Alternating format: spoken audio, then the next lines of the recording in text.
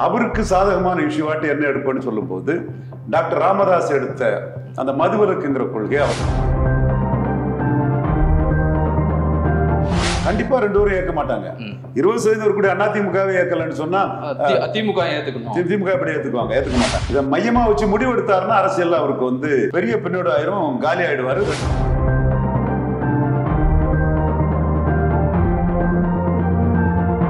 விடுதலை சிறுத்தைகளுக்கு deciding factor அந்தஸ்து இல்ல. ஒரு நெகட்டிவ் போலரைசேஷன்ல பாமக எதிர்ப்பு ஓட்டுகளை கன்சாலிடேட் பண்ணி கொடுக்குறாங்க.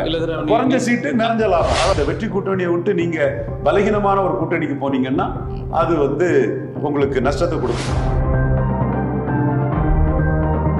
பலன் நிரூபிக்காத விஜயனாலும் சரி, அஜித்னாலும் சரி, சூர்யானாலும் சரி, பலன் நிரூபிக்காதவங்க யாரும் பெருசா மதிக்க மாட்டாங்க. இந்த வீடியோவை உங்களுக்கு வழங்குபவர்கள் Paces Pay, secure digital payments with multiple features and great success rate.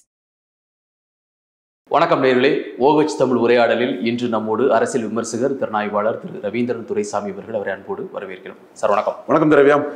ஆட்சியில் பங்கு, அதிகாரத்தில் பங்கு, ஒரு வீடியோ எக்ஸ் தளத்தில் வெளியிடுறது, அப்புறம் நீக்கிறது, மறுபடியும் அதே கருத்தோடு அந்த வீடியோ வெளியாகுது. பல விளக்கங்கள் தொடர்ந்து 2 நாட்களாக பார்த்தீங்கன்னா இது பற்றி தான் பேச்சு. நாம் பேசிக்கொண்டிருக்கும் இந்த நேரத்தில் கூட முதலமைச்சர் மு.க. ஸ்டாலினை திரு திருமாவளவன் சந்திக்க போகிறார் அப்படிங்கிற மாதிரி ஒரு தகவல் இருக்குது. இன்னும் அதிகாரப்பூர்வ தகவல் வெளியாகலை. ஏன் இந்த ஒரு சூழல்? இது யதார்த்தமாக நடக்குதா, இல்லை இதுக்கு பின்னால உண்மையில ஏதாவது அரசியல் இருக்குன்னு நினைக்கிறீங்க? நடிகர் விஜய் தொடர்பா அவர் பலன் நிரூபிக்காதவர், அவர் இன்னொரு கட்சி கூட கூட்டணி போறாருன்னா சிவாஜி மாதிரி பொருந்தா கூட்டணி ஆயிரும். ஒரு 1/2% அல்ல 1% தான் அவரால் கான்ட்ரிபியூட் பண்ண முடியும். தனிச்சு நின்னா ஒரு 4% ஓட்டு எடுப்பார். இதுதான் அவரை பற்றி என்னோட மதிப்பீடு. சரி, அந்த இது சிவாஜி பலன் நிரூபிக்காம பிளாப் ஆனது எல்லாத்துக்குமே தெரியும். அதனால பலன் நிரூபிச்சவங்க அவரை ஒன்றும் பெருசா மதிக்க போறதில்லை. ஆனா அவரை பற்றி அவர்களுடைய செய்திகள் பெரிய அளவுக்கு கற்பனையாட்டு வர்ற செய்திகள் எக்ஸிஸ்டிங் பொலிட்டிக்கல் லீடரான திருமாவளவனுக்கு ஒரு பாதிப்பை கொடுக்குது. 1. 2வது, சீமான் எடுத்திருக்கக்கூடிய அந்த அருந்ததியர் உள்ஒதுக்கீடு தொடர்பாட்டு என்னுடைய கருத்து, இன்னைக்கு அகில இந்திய அளவில் சப் கேட்டகரைசேஷனை மோடி முயற்சி பண்ணிட்டு இருக்கிறாரு. 29க்கு முன்னாடி ஒரு இஷ்யூவா இருக்கும் அவருக்கு. அதில் நிதிஷ்குமார் தேவைங்கிறாரு, சிராக் பஸ்வான் தேவையில்லைங்கிற போது பல விவாதங்கள் அங்கே ஓடிட்டு இருக்குது. இங்க தமிழ்நாட்டில் இந்த சப் கேட்டகரைசேஷனை பண்ணுனது திமுக.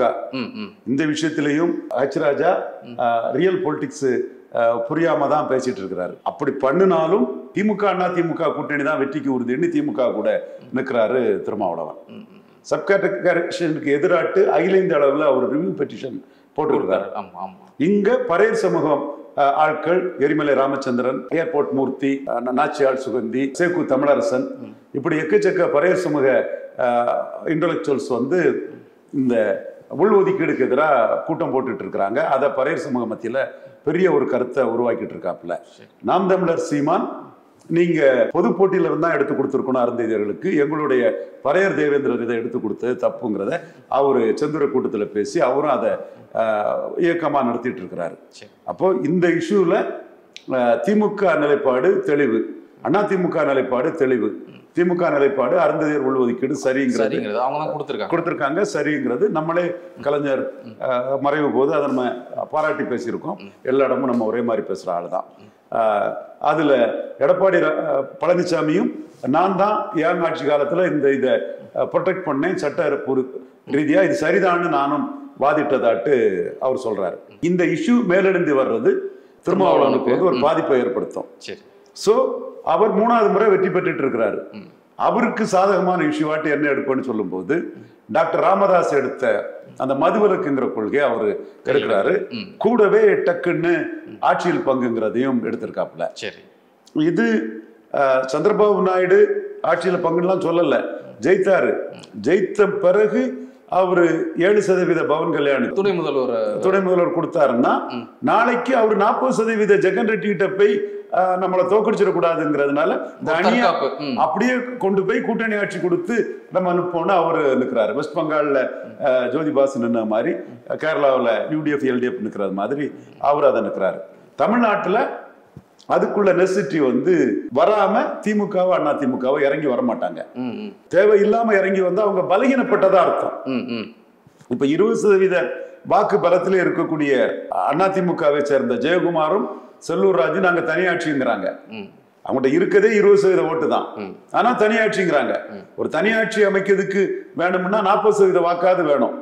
ஆனா ஒரு 30-35% வாக்குக்குள்ளே தனியாட்சி அமைஞ்சிருது. அவன் என்ன சொல்ல, செல்லூர் ராஜு என்ன சொல்றாருன்னா, ஜெயக்குமாரோ இல்ல செல்லூர் ராஜு என்ன சொல்றாங்க, நாங்க இப்போ வந்து பொதுவா திமுகவோ அதிமுகவோ, திமுக வர்சஸ் அதிமுக தான் இங்க போட்டி, யாரு இருந்தாலுமே கூட்டணி ஆட்சிங்கிற பேச்சுக்கே இடம் இல்லைங்க. திமுக வர்சஸ் அதிமுகங்கிற போட்டி முடிஞ்சு போச்சுங்கிறது செல்லூர் ராஜும் ஜெயக்குமாரும் கருத்து கூறுவர்களா இருந்தா அதுக்கு நான் பொறுப்பாக இல்லை. திமுக வர்சஸ் அதிமுக போட்டினா கன்னியாகுமரியில செல்லூர் ராஜு கட்சியா 4% எடுக்கு, ஜெயக்குமார் கட்சியா திருநெல்வேலியில 8% எடுக்குது. ஏன் டெபாசிட் வாங்காம தூத்துக்குடியில போகுது? சிவசாமி தயவுல தானே இங்க தென்காசியில டெபாசிட் வாங்க முடியுது. 10 வருஷம் ஆட்சியில் உள்ள திமுக மறுபடியும் இப்படி ஆட்சிக்கு வந்தது? அது திமுக வந்தது, இது எடப்பாடி வந்து விட மாட்டார். சொல்றேன் எடப்பாடி மாற்றம் நடக்கும் நம்பிக்கையோட கட்சிக்காரங்க பேசுவாங்கல்ல, அது தவறுங்கிற அந்த நம்பிக்கை தவறுங்கிறேன். அது ஜெயலலிதாவுக்கு அதை நீங்க சொல்லிருப்பீங்கன்னா காஸ்ட் நியூட்ரல், அது எல்லா ஜாதிக்கும் பொதுவானவங்க. எடப்பாடி 2 ஜாதி கட்சியாட்டு ஆக்கிட்டாரு.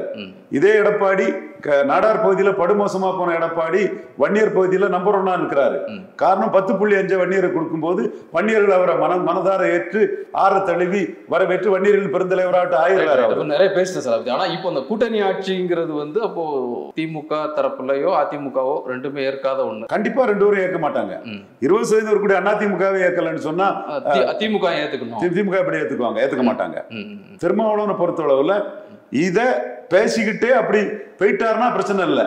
இதை மையமா வச்சு முடிவெடுத்தாருன்னா அரசியல் அவருக்கு வந்து பெரிய பின்னோடு ஆயிரும், காலி ஆயிடுவாரு. 2011 காலியான மாதிரி காலி ஆயிடுவார்.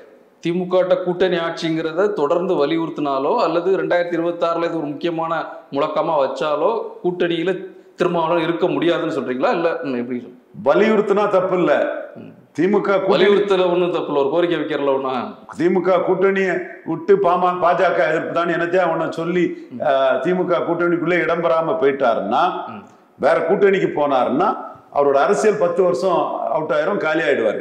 எப்படி 2009 பாமகவை பிரஜாதிகள்லாம் காலி பண்ணதுக்கு தயாரா இருந்தாங்களோ அதே மாதிரி இப்போ விடுதலை சிறுத்தைகளையும் காலி பண்ணதுக்கு தயாரா தான் இருக்காங்க பிரஜாதிகள். அப்போ நீங்க திமுகவுக்குள்ள எல்லா ஜாதி ஓட்டு போட்டு நீங்க பிளஸ்ஸா தான் இருக்கிறீங்க, கரெக்டா அதை பார்க்கணும். ஆனா கிறிஸ்டின் முஸ்லிம்ஸ் போட்டுறாங்க திமுகவுக்குள்ள, திமுக கமிட்டட் ஓட்ஸ் வன்னியர் போட்டுறாங்க. நீங்களும் பாலாஜி, ஆளூர் சார்னபாஸ் எல்லாமே பொதுத்தளத்துல 4 எம்எல்ஏல 2 எம்எல்ஏ நான் பறையர்களை நீங்க பண்றீங்கன்னா அது பாராட்டத்தக்கதுதான். ஆனா நீங்க இன்னொரு அணி மாறினீங்கன்னா 2009 ஜெயலலிதா கூட்டணியில இருந்த ராமதாஸ் அத்தனை தொகுதிகளையும் அடிச்சாங்க பாருங்க.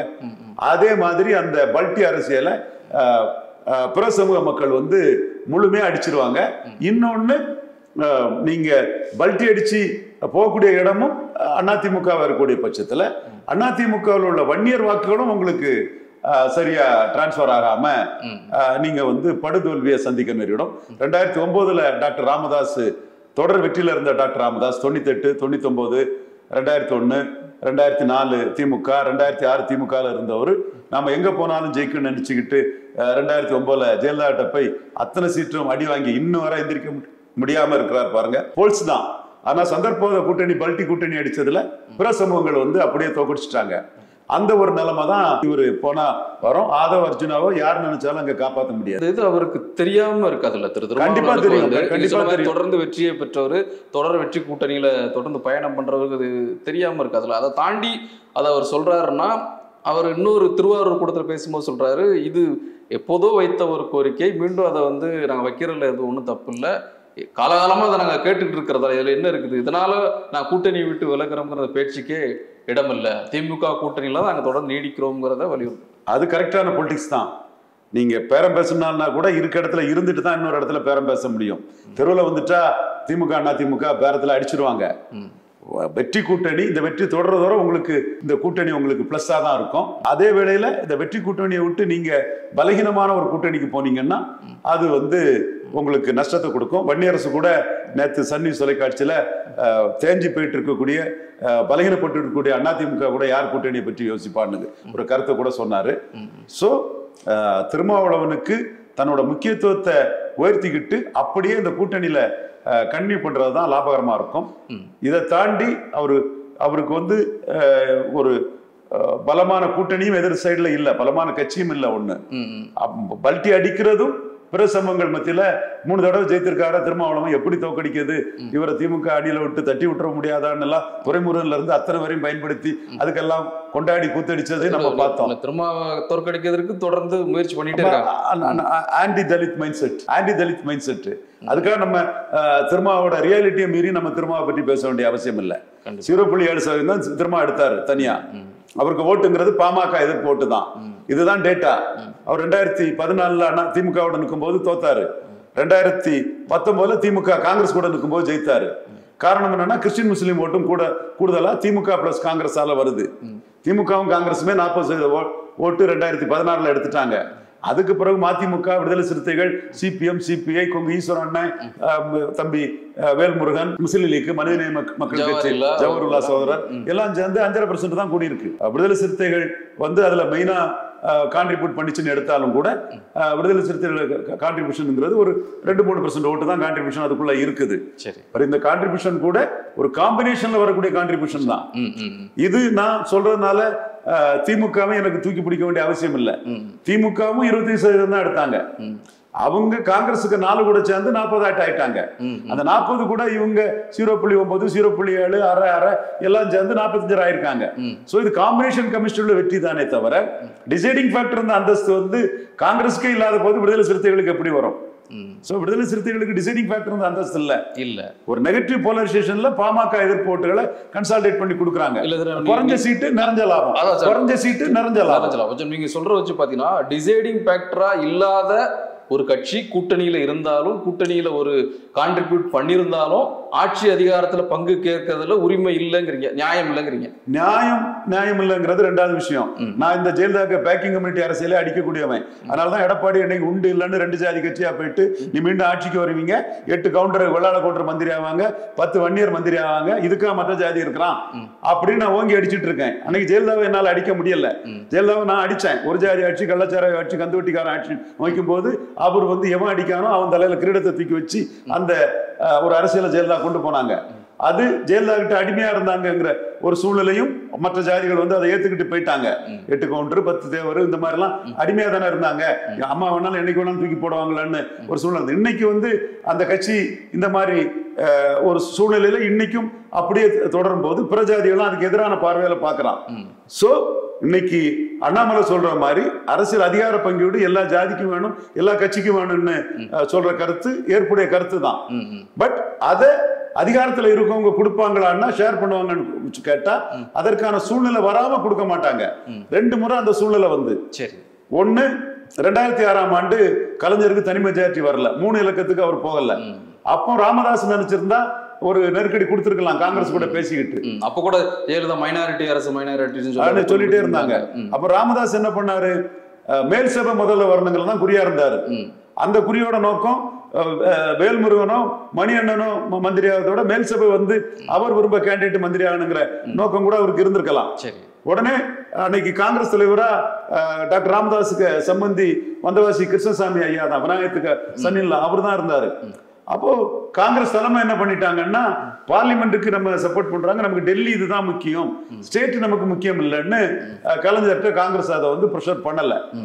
கலைஞரும் மேல் சபை ஏன் கொண்டு வரலன்னா கிருஷ்ணசாமி ராமதாஸும் சேர்ந்து மேல் சபை வந்துட்டுன்னா அவங்க ஒரு கேண்டிடேட் சாய்ஸ் எடுத்துக்கிட்டு மந்திரி சபை வேணும்னு கொண்டு பண்ணுவாங்கன்னு 96லயும் 89லயும் வந்ததுமே மேல் சபையை கொண்டு வர முயற்சி பண்ண கலைஞர் மேல் சபையை கொண்டு வர விட்டுட்டாரு.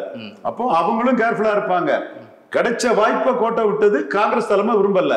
பாமக மேல் சபை வர்றது வரை தேவையில்லைன்னு அவங்க கோட்டை விட்டுட்டாங்க.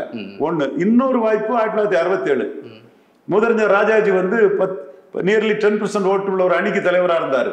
அவர் கட்சி மட்டுமே 7.8% வாக்கு கிடைச்சிருந்தது.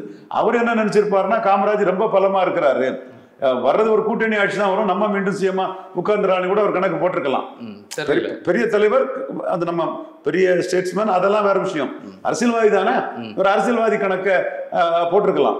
அதனால அவர் வந்து அன்னைக்கு அண்ணா காஞ்சிபுரத்துல மோசமா தோத்து எம்எல்ஏக்கு நிற்கிறதுக்கு அச்சப்பட்டு தென்சென்னை எம்பிக்கு நின்ன காலகட்டத்தில் கூட்டணி ஆட்சின்னு சொன்னா அண்ணா சரின்னு இருப்பாரு. இவர் அதை சொல்லாத காரணம் தனி மெஜாரிட்டி வரலன்னா நாம சீஃப் மினிஸ்டர் ஆகலாம்னு ராஜாஜி கணக்கு போட்டிருக்கலாம். தனி மெஜாரிட்டி அண்ணாவுக்கு வந்துட்டு தனி மெஜாரிட்டி வந்த முறை அண்ணா எப்படி கொடுப்பாரு? வெற்றிலே ராஜாஜிக்கு பங்கு இல்லைன்னு காட்டுறதுக்கு தந்தை பெரியார திருச்சியில் போய் பார்த்து காணிக்க நீங்க தான் எனக்கு எல்லாமேன்னு தந்தை பெரியார் கிட்ட அதை ஒப்படைச்சது மூலமா ராஜாஜி அவுட்பிட் பண்ணிக்கிட்டு உங்களோட நாங்கெல்லாம் புத்திசாலியா, நீங்க தனி மெஜாரிட்டி வராது சீஃப் மினிஸ்டர் ஆகலான்னு பார்த்து கூட்டணி ஆட்சிக்கு வற்புறுத்தாம போயிட்டீங்க. இப்ப நல்ல தனி மெஜாரிட்டி வந்துட்டு இது பெரியாருக்கு இந்த ஆட்சியை காணிக்கிட்டு நான் ஏன் பாட்டுக்கு போயிட்டு இருக்கேன்னு அவர் போயிட்டார். அப்போ அவர் பண்ணது ஸ்ரூடு பொலிட்டிக்கல் மூவ். டிகேஎஸ் இளங்கோன்னு சொல்ற மாதிரி பேச்சுவார்த்தையின் போது இது போன்ற எந்த கோரிக்கையும் கட்சிகள் வந்து வைக்கல. திரு டிகேஎஸ் இளங்கோன் திமுக செய்தி தொடர்பாளர் சொல்லும்போது சொல்றாரு, பேச்சுவார்த்தை கூட்டணி பேச்சுவார்த்தை இடங்கள்லாம் நடக்கும்போது ஆட்சியில பங்கு அந்த மாதிரி எதுவுமே இல்லை. இப்போ அதை சொல்வது பேசுவதுங்கிறது வந்து அதுல ஒரு நியாயம் இல்லை அப்படிங்கிற மாதிரியான ஒரு டிகேஎஸ் இளங்கோவன் கருத்து நியாயமானதுதான். ஏன்னா நீங்க ஆட்சியில பங்குன்னு கூட்டணி பேச போனீங்கன்னா கூட்டணிலேயே உங்களை சேர்க்காம கூட கலத்தி விட்டுருவாங்க. அப்போ நீங்க உங்களுக்கு தோல்வி கூட்டணிக்குள்ள போனீங்கன்னா அரசியலே உங்களுக்கு இன்னும் கூட பல ஆண்டுகள் உங்க அரசியல் வந்து காலியாகி போயிட்டே இருக்கும். வெற்றி வீரர்கள் அந்தஸ்து வந்து திரும்ப ஒரு பின்னடை சந்திச்சும் பிறகு எப்படி எமர்ஜ் ஆகுங்கிறது பெரிய பெரும்பாடா போயிருக்கும். சோ முதல்ல வின் ஃபர்ஸ்ட் ஜெயித்தாகணும். ஜெயித்த பிறகு தானே மந்திரி பதவி பார்க்கணும். நீ எம்எல்ஏ ஜெயிக்கலன்னா அப்புறம் மந்திரி பதவியை பற்றி என்ன இருக்க முடியும்? சோ இன்னைக்குள்ள கணக்கு தனக்குள்ள ஒரு பொலிட்டிக்கல் இம்பார்ட்டன்ஸுக்கு திருமாவளவன் பண்றாரு. பட் இதையே சிக்கான் பண்ணி நின்னாருன்னா அது அரசியல் அவருக்கு மிகப்பெரிய பின்னடைவை கொடுக்குறீங்க. இப்ப சார் இந்த கூட்டணி ஆட்சி காரணம் அதற்கான பலம் இல்ல. சரி, பலம் ராஜாஜிக்கு இருந்து அவரு கூட்டணி ஆட்சிக்கு சீஃப் மினிஸ்டர் ஆகணும்னு நினைச்சாரு, என்னவோ கோட்டை விட்டுட்டாரு. சொன்னீங்க சோனியா அம்மையாருக்கு இருந்து சென்ட்ரல்ல ஸ்டேபிள் கவர்மெண்ட் வேணுமோ அது போதும்னு முடிச்சுட்டாங்க. இப்ப பாருங்க ராகுல் காந்தி பிரதிநிதி செல்வ பெருந்தகை அதை பற்றியே பேசல பாருங்க. திருமாவளவன் இதை சொன்னா இந்தியா கூட்டணி உடையாது, இந்தியா கூட்டணி கரெக்டா இருக்கும், இந்தியா கூட்டணி நல்லா இருக்கும்னு இந்தியா கூட்டணி இந்தியா கூட்டணிங்கிற கார்த்தி சிதம்பரம் கூட்டணி ஆட்சி எல்லாம் கேட்கல, ஆட்சியை பற்றி விமர்சனங்கள் தான் வைக்காரே தவிர கூட்டணி ஆட்சி சார் அவர் பேசியிருக்காரு சமீபத்துல கூட. அது இன்னைக்கு அதிகாரம் நீங்க அது ஜெனரலா பேசலாம். என்னைக்கு ராஜ்நாத் சிங் வந்து 22 திமுக எம்பியை மதிச்சு கலைஞரும் வாஜ்பாய் இருக்கக்கூடிய போட்டோவை ஸ்டாலின் கூட நின்று பார்த்தாரோ அன்னையில இருந்து டெல்லி காங்கிரஸ் வந்து 22 எம்பி இருக்கக்கூடிய ஸ்டாலினை நம்ம விட்டோம்னா இந்தியா கூட்டணி இந்தியாவில் பலால் ஆயிரும், மோடி 4வது முறையும் பிரமிஸ் ஆயிருவாரு, நம்ம இந்தியா கூட்டணிங்கிற கான்செப்டே காலி ஆயிரும். அதனால எப்படி 2006 சோனியா காந்தி அம்மையார் கலைஞருக்கு அமரப்படா இருந்தாரோ அதே மாதிரி நாம வந்து ஸ்டாலினுக்கு அமரப்படா இருக்குங்கிற முடிவை அவங்க எடுத்துட்டாங்க. அதனாலதான் மாநில தலைவர் செல்வ பெருந்தகை அன்னைக்கு டாப்பா பேசினவர் இன்னைக்கு திமுகவுக்கு ஆதரவான ஒரு குரல்ல பேசுறாரு. திருமாவளவனை வந்து ஆல்மோஸ்ட் கண்டுக்காம இருக்க முடியாது கூட்டணி கட்சிங்கிறனால கண்டும் கண்டுக்காத மாதிரி ஒரு மாதிரி ஒதுக்கி பேசக்கூடிய இத செல்வ பெருந்தகை பேசியிருக்காருன்னா காரணம் 22 எம்பி டெல்லி அரசியலோட கிளைமேட் தான். சார் இந்த கூட்டணி ஆட்சிங்கிற அந்த கான்செப்டை வந்து திரு பாஜகவினுடைய தலைவர் அவர் வெளிநாடு படிப்புக்கு செல்வதற்கு முன்பு நடந்த அந்த கூட்டத்தில் வலியுறுத்தி சொல்லிட்டு போறாரு. இனிமேல தமிழ்நாட்டில் பல நேரங்களில் சொன்னாலும் கூட அந்த கூட்டத்தில் மீண்டும் தமிழ்நாட்டில் ஒரு கூட்டணி ஆட்சி தான் அப்படிங்கிற விஷயத்த சொல்றாரு. அதே போன்று திரு அன்புமணி ராமதாஸ் ஆகட்டும் இந்த கூட்டணி ஆட்சி அப்படிங்கிறதையும் மறுபடியும் தொடர்ந்து செய்தியாளர் சந்திப்பு ஆகட்டும் அவர்கள் நடத்தக்கூடிய கூட்டங்களாகட்டும் அதுலயும் சொல்றாரு ஆட்சி அதிகாரம் கூட்டணி ஆட்சி அதிகாரங்கிறத தாண்டி கூட்டணி ஆட்சி அப்படிங்கிற ஒரு கான்செப்டை வந்து இவர்கள் தொடர்ந்து பேசிக்கொண்டே இருக்கிறார்கள் அப்படின்னு சொன்னா இது ஒரு புதிய இன்னொரு அலையன்ஸை ஃபார்ம் பண்ணிட முடியும் அப்படிங்கிற நம்பிக்கையில 2026 ஃபார்ம் பண்ணிட முடியுங்கிற நம்பிக்கையில பேசுறாங்களா அல்லது நாம எந்த அணியில இருந்தாலும் இந்த விஷயம்தான் ஒரு முதன்மையான குறிக்கோளா முதன்மையான ஒரு டிமாண்டா வைக்கணுங்கிற ஒரு எண்ணத்துல பேசுறாங்களா? இருந்தே ஆரம்பிக்கிறோம் 2 வருஷம் முன்னாடி கட்சிகள் எல்லாம் கூட்டணி ஆட்சி கான்செப்ட்ல தெளிவா இருக்கிறாங்க. தெளிவா அண்ணாமலை வந்து 2 ஜாதி கிட்ட அதிகாரம் போகக்கூடாதுங்கிறதையும் எடப்பாடியை மையமா வச்சு அடிச்சு பேசுறாரு. அவரும் கொங்கு வேளாளர் கம்யூனிட்டி தான். பட் சமூக நீதி உண்மையில ஒரு ரத்தத்துல இருக்கனால எடப்பாடியோட அந்த சமூக நீதி சூறையாடல் கிராப்பர் எடப்பாடி இல்லாம அண்ணாமலை வந்து எல்லாருக்கும் அதிகாரங்கிறதுல பேசுறாரு. அப்போ இன்னைக்கு இருக்க கட்சியில முதலிட கட்சி ஆட்சியில் இருக்கக்கூடிய திமுக கழகம், 2வது கட்சி சாட்சாத் ஐயா எடப்பாடி பழனிசாமி தான். நம்ம பிடிக்கலங்கிறது வேற விஷயம். அவர் தான் 2வது இடத்துல இருக்காரு. 3வது கொண்டு வர முயற்சி பண்ணி நடக்கல. 2வது அவர் தான் இருக்கிறாரு. அவரும் செல்லூர் ராஜு ஜெயக்குமாரை வச்சு தனியாட்சின்ட்டாரு. 3வது இடத்துல இருக்கக்கூடிய என்டிஏ கூட்டணி ஆட்சிங்கிறாங்க. அதுல தேமுதிக வரலாம். திருமாவளவன் வந்தா டெல்லியிலயும் அவங்களுக்கு மந்திரி பதவி கொடுக்க தயாராவாங்க. 2 MP இருக்குல்ல, இங்கேயும் வந்து கூட்டணி ஆட்சிங்கிற கான்செப்டுக்கு வர தயாரா இருப்பாங்க. பட் அவரு ஏத்துக்க மாட்டேங்கிறாரு. என்ன அது மத போதை கூடாதுன்னு சொல்றாரு. அதுல சீமான் வேற நக்கல் அடிச்சாரு, மத போதை கூடாது, ஆனா மது போதை மட்டும் வேணுமா? அப்போ இவங்களும் மதுவுக்காக இருந்தவங்க தானே அதிமுக, அவங்கள வச்சு ஏன் நடத்துறங்கன்னு சீமான் தான் தனிச்சு போறோங்கிற இதையும், என்னதான் இருந்தாலும் திருமாவளவன் வெற்றி பெறனாலும் மாறி மாறி கூட்டணி போகக்கூடியவர் தாங்கிறதையும் திருமாவை கிண்டல் அடிக்க சீமான் அதை சொன்னார். திருமாவை கிண்டல் அடிக்க சீமான் அந்த கருத்தை சொன்னாரு. அப்போ இவரு மத போதை கூடாதுங்கிறதுல திருமா இருக்கனால இவங்க ஆட்சி அதிகாரத்துல நாங்க பங்குதாரம்னு சொன்னாலும், டெல்லியில ஒரு MOS தாரன்னு சொன்னாலும் அவர் இந்த சைடு வருவாருன்னு எனக்கு தோணல. அதுவும் நடக்காது. ஏன்னா அவரோட மனநிலை சரிதான். அவருக்கு கிறிஸ்தவ முஸ்லிம்கள் ஒரு தலித்து எழும்பி வர்றதை ஏத்துக்கூடிய அளவுக்கு ராஜாக்கள் அலறாங்க பாருங்க. பொறுப்பாளர் தான், பாஜக சின்சியரான தலைவர் தான், கடுமையா அலறாரு பாருங்க. அந்த மாதிரி பிற ஜாதிகள் வந்து நமக்கு வாக்களிக்க மாட்டாங்கிற எண்ண ஓட்டம் திருமாவளவனுக்கு இருக்கனால அந்த காங்கிரஸ் இன்க்ளூசிவ் இல்ல வேற ஒரு புது அணி கிரியேட் ஆனா கூட, வேற மாதிரி ஃபார்ம் ஆனா கூட, இந்தியா இல்லாம ஒரு அணி ஃபார்ம் ஆனா கூட அதுக்கும் ஒன்னும் பலன் நிரூபிக்காத விஜய் யாருங்க மதிப்பா? சும்மா நான் விஜய்னு சொல்ல சார், எப்படி பலன் நிரூபிக்காத விஜய்னாலும் சரி, அஜித்னாலும் சரி, சூர்யானாலும் சரி, பலன் நிரூபிக்காதவங்க யாரும் பெருசா மதிக்க மாட்டாங்க. அடையாளத்துக்கு ஒரு இதை கொடுப்பாங்களே தவிர மற்றபடி அந்த சிவாஜி கதை மாதிரி ஆயிடக்கூடாதுன்னு தான் நினைப்பாங்க. திருமாவளவன் அதுக்கான முயற்சி பண்ணுவார், அந்த மாதிரி எந்த முயற்சியும் பண்ண மாட்டாங்க. விஜய் பற்றி பேசினா விஜயோட சேர்ந்து சினிமா ஹீரோங்கனால ஒரு பப்ளிசிட்டி வருங்கிறக்காக பேசிவிடுவாங்களே தவிர பலன் நிரூபிக்காதவர்கிட்ட பலன் நிரூபிச்ச யாரும் வெற்றி பெற்ற யாரும் தங்கள் இடத்தை விட்டு கொடுக்க மாட்டாங்க. சீமான் கூட பாருங்க ரொம்ப தெள்ள தெளிவா பேசிட்டார் காரைக்குடி கூட்டத்துல. நிறைவா இப்ப 2026 நோக்கி சில மூவ்மெண்ட்ஸ், சில பேச்சுக்கள், சில உரையாடல்கள், சில விவாதங்கள் அப்படி தொடர்ந்து போயிட்டு பார்க்க முடியுது. இது இந்த தட்பவெப்பம் வந்து இப்ப இருக்கக்கூடிய இந்த ஹீட் தானா, இல்ல கிட்ட இப்ப இருக்கக்கூடிய ஹீட் தான். எல்லாமே லாபத்துக்கு தான் இருக்கிறான். அக்குமுலேட்டிங் பவர், அமாசிங் வெல்த் தான் மாடர்ன் பொலிட்டிக்ஸ். திமுக இன்க்ளூசிவ், காங்கிரஸ் இன்க்ளூசிவ் திமுக கூட்டணியில தான் திருமாவளவனுக்கு ஜெயிக்க முடியும். அதை விட்டுக்கிட்டு பொருந்தா கூட்டணிக்குள்ள போய் பலமில்லாத கூட்டணிக்குள்ள போய் தோத்தாருன்னா அவருக்கு 10 வருஷம் அரசியல் அடிபட்டு போயிடும். திருமாவளவனுக்கு அரசியல் 11 அடிபட்டது, மீண்டும் 14 விழுந்து, 16 விழுந்து, 19 எழும்பிச்சு. ஒரு தேர்தல் அடிபட்டு 2 தேர்தலில் விழுந்து, 3வது தேர்தலில் சூழ்நிலையில எழும்பிச்சு. அப்படி ஒரு சூழ்நிலை வராமலே போறதுக்கு வாய்ப்பு உண்டு. அதனால he has to circumspect his moves. சாதக பாதங்களை பார்த்து யாரோ யாருக்கு மேல உள்ள விரோதத்தையோ உங்ககிட்ட வந்து காட்ட நினைச்சா அதுக்கெல்லாம் பலியாகாம எது உங்க சமூகத்துக்கு நல்லது, உங்க வெற்றி வீரர் இமேஜுக்கு நல்லது, அதுங்கிறத பார்த்து போறது நல்லதுதான். என்ன பொறுத்தவரை அவரு 2 MP வச்சிருக்கக்கூடிய அவர் மோடி பக்கம் வருவார்னா I will be very happy. அது வேற விஷயம். அவருக்கு அது என்ன லாபங்கிறத அவர் தான் முடிவு பண்ணணும். நன்றி. இந்த வீடியோ உங்களுக்கு பிடிச்சிருந்தா லைக் பண்ணுங்க, ஷேர் பண்ணுங்க, கமெண்ட் பண்ணுங்க. மறக்காம OH தமிழ் சேனலுக்கு சப்ஸ்கிரைப் பண்ணுங்க.